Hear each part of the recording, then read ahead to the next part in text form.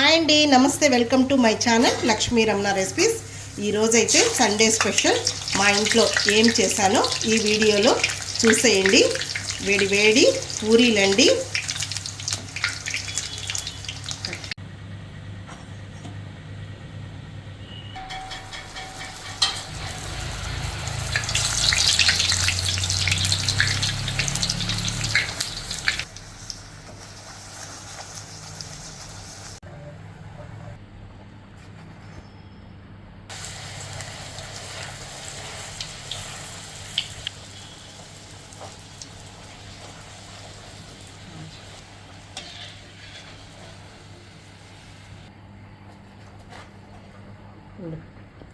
ఈరోజు పూరీలోకి వేడి వేడి చికెన్ కర్రీ అండి.